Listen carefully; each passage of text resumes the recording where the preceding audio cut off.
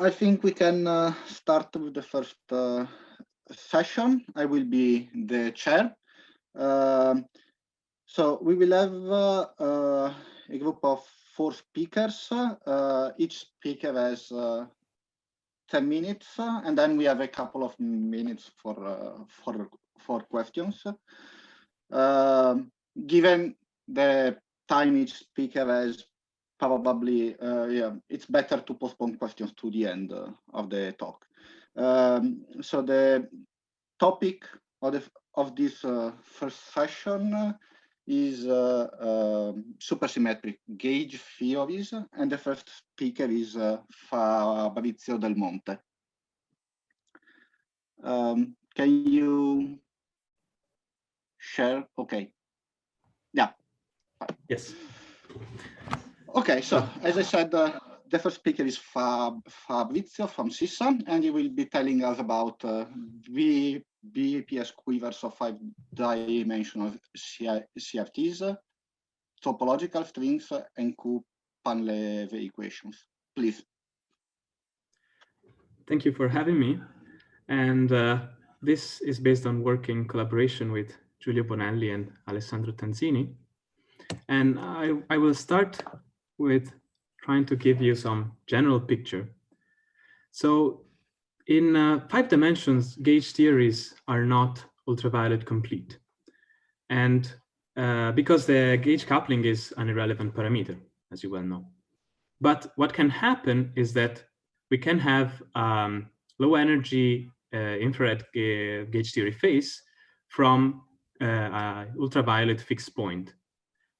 And this is in fact what happens in the case of theories with n equals to 1 supersymmetries, and such fixed points were constructed and classified from their string theory realization of M theories on an open Calabi-Yau threefold.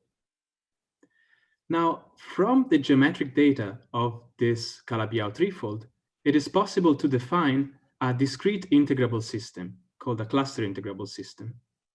And discrete integrable system means that you have a discrete time evolution on finite number of degrees of freedom. And the equations of this integrable system turns out to be some q-difference equations that determine the partition function of these 5-dimensional theories. And further, we can apply this discrete time evolution to the BPS charges of the states of the theory to generate the full BPS spectrum.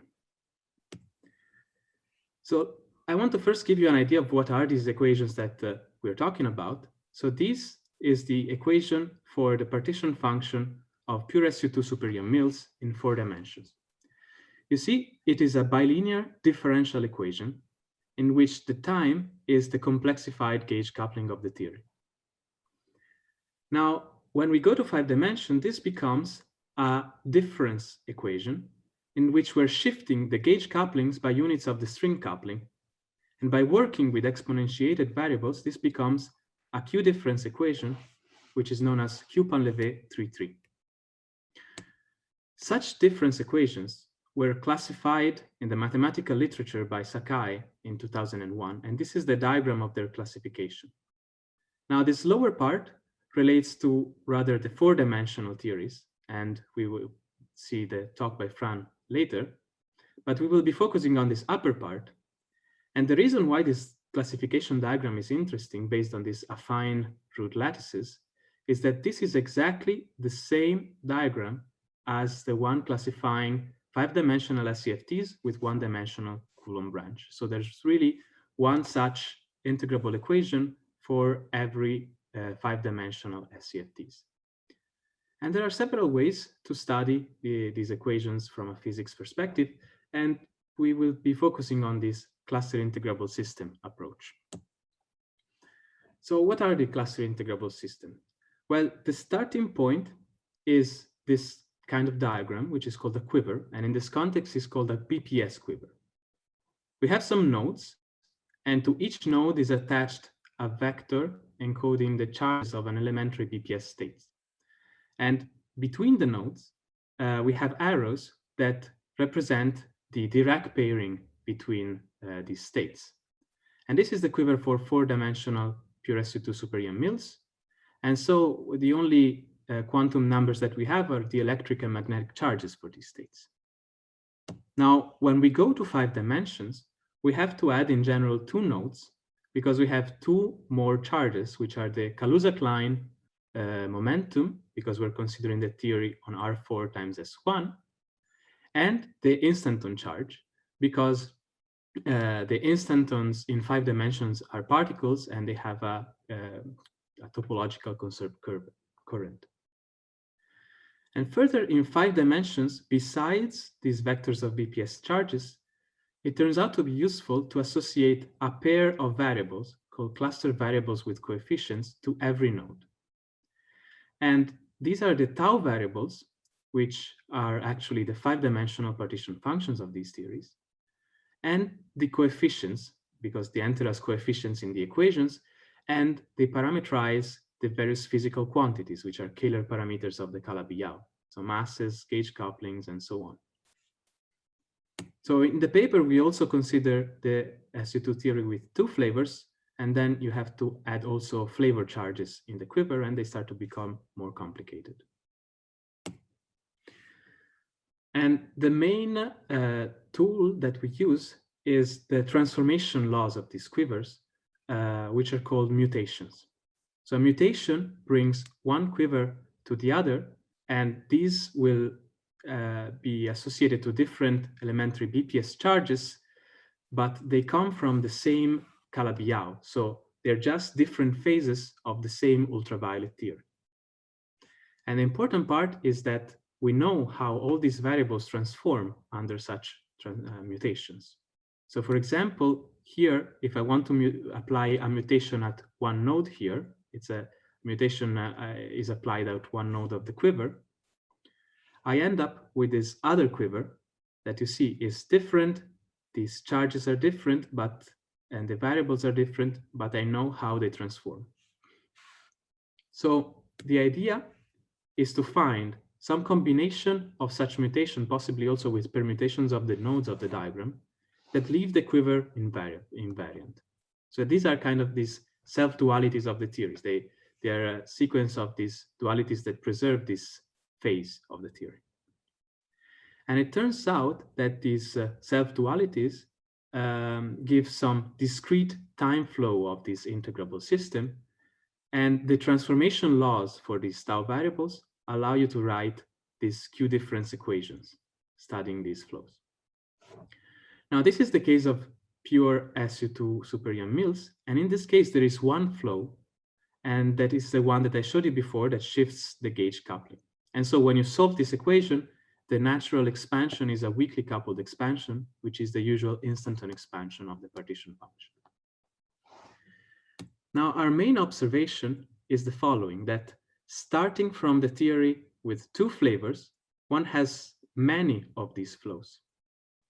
And each of these flows shifts different parameters. So actually, the solutions, one gets a system of equation for each one of these flows. There are 4 for the theory of, with 2 flavors. And each one of these will give a different expansion of the partition function of the theory. And further, we also try to relate this description through the partition function and the q-Painlevé equation to that of the study of BPS states through BPS quiver by Clossier and Del Zotto. And by applying this discrete time evolution, we are able to reproduce the full BPS spectrum of the pure gauge theory, which was derived through much more complicated methods of quiver representation theory in this paper. But then this approach is very easily generalizable to other theories, and we show how to do this by exemplifying with the theory with 2 flavors. So I don't want to enter into all the details of the construction, but I'd rather give a few pointers on the possible generalization. So first, another thing that we do in the paper is to study the 4-dimensional limit of this cluster algebra. And the point is that if you study the time flow that shifts the gauge coupling, Then you have your usual 4-dimensional limit from the 5-dimensional theory with 2 flavors to the 4-dimensional theory with 2 flavors. But you can study the 4-dimensional limit associated to other flows, and there seem to be some other possible limit that instead bring you from this 5-dimensional theory with 2 flavors, which, I mean, remember, it's just a UV fixed point, an SCFT, and we're calling this by the name of this low energy gauge theory phase. And we can, it seems that you can make you can take a 4-dimensional limit that brings these 5D theories to a non-Lagrangian Argyris-Douglas fixed point in 4 dimensions. And further, we can quantize this system, and this was done in the paper by Bernstein, Gavrilenko, and Marshakov for the pure SU2 gauge theory. And this would yield some equations for the refined topological string partition functions. These 5-dimensional partition functions are unrefined topological string partition functions. And finally, it would be very interesting to study the relation between our cluster variables and the exponential networks. That would be a 5-dimensional uplift of the relation between cluster variables and spectral networks in the construction by Gaiotto, Moore, and Neitzke of wall crossing phenomena of 4D theories. So this is all. Thank you. Thank you very much, Fabrizio. Are there any questions? I have a question. First of all, very nice talk. Thank you. What do you mean by 5D wall crossing? I mean, now you have a real, the Coulomb branch is real, it's not complex. So how does that happen? Yes, that's a very good question. The idea is that you can view this as a 4-dimensional theory, a 4-dimensional KK theory, because we're studying the theory on R4 times S1. So you study actually the 4-dimensional theory, but with an infinite number of fields. And that will have some much more complicated word crossing phenomena that are still not well understood. Thank you. Okay. Any other remarks, comments?